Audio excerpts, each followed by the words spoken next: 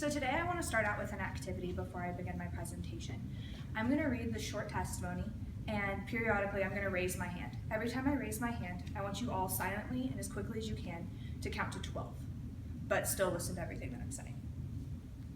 Okay. I've always been a worrier. I believe that I've always had anxiety, but it wasn't really bad until 3 years ago. For the longest time, I would start my day off with a panic attack, and they wouldn't stop. I secluded myself from my family, barricading myself in my room. All I wanted to do was sleep. I didn't understand why negative thoughts were running through my head or why I couldn't stay calm. I kept everything inside, not telling a single soul how I was feeling, until one day I broke. I couldn't handle it. I went to a counselor, but I felt like I was being interrogated for something that I knew nothing about. I decided to do it all by myself, but then something else began to happen.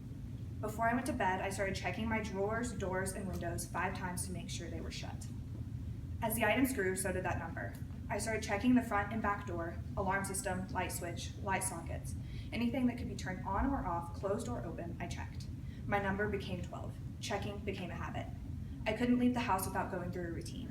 I checked my purse, counting everything in it, not just once, multiple times in an hour. OCD became my life. I wasn't controlling it, it was controlling me. Now, if you were counting along, it was probably pretty difficult to actually follow what I was saying. And so that was just kind of a little glimpse into what it's like inside the mind of a person with OCD.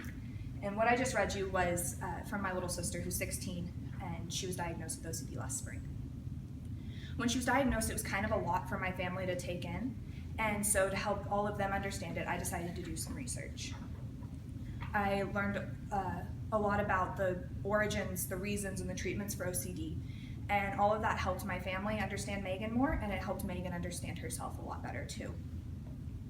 And the first thing that I decided was important was learning exactly what OCD is.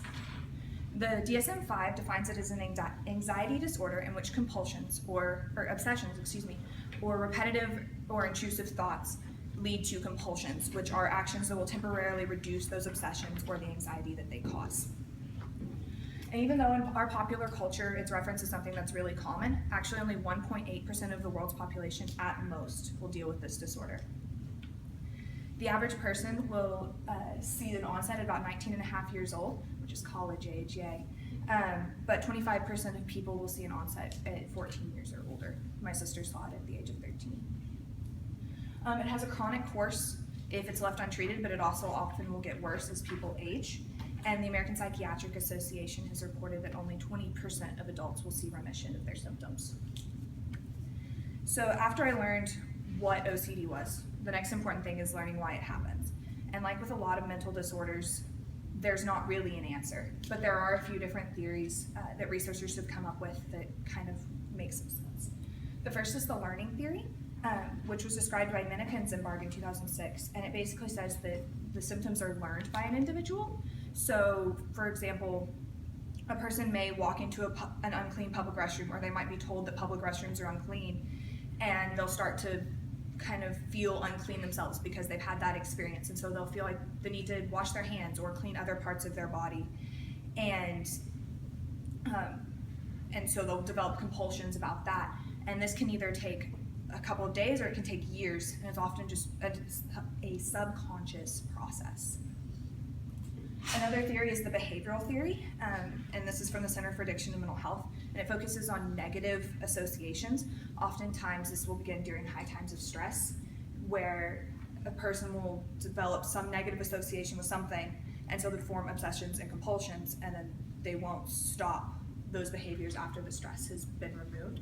So again, with the cleaning example, they might be really stressed out about work or something, and they'll start to feel unclean or feel like the world is unclean, so they'll start a cleaning behavior. But when work becomes less stressful or they're not stressed out anymore, they'll still continue those behaviors.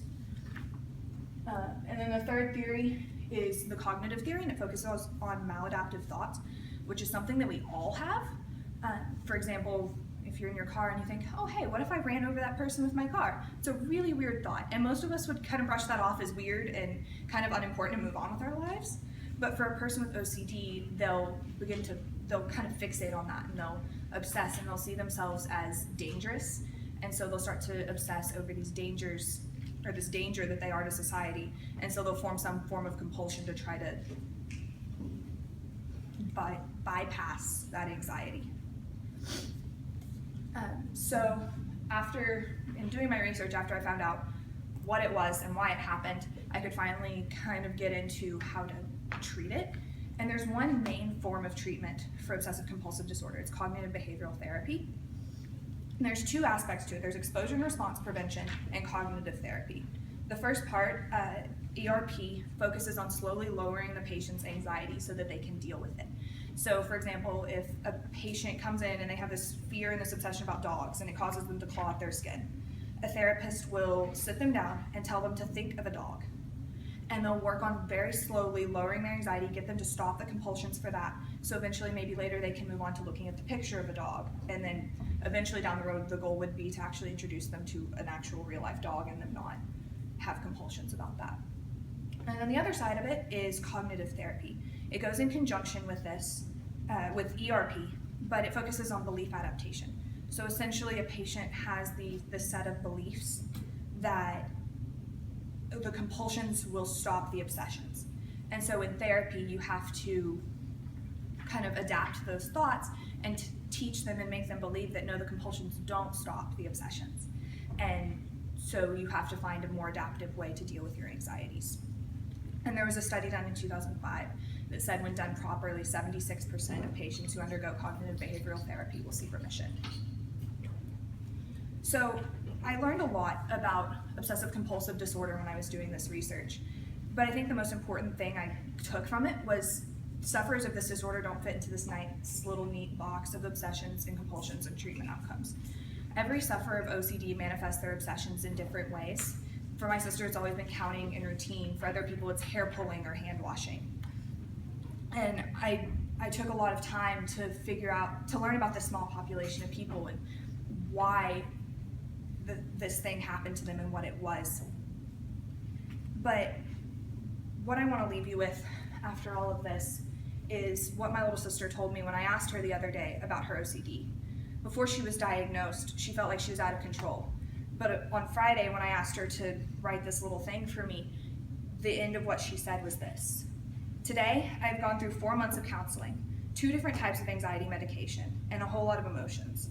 OCD is not a weakness, it's a strength. I am so much more strong, brave, proud, and confident than I have ever been before."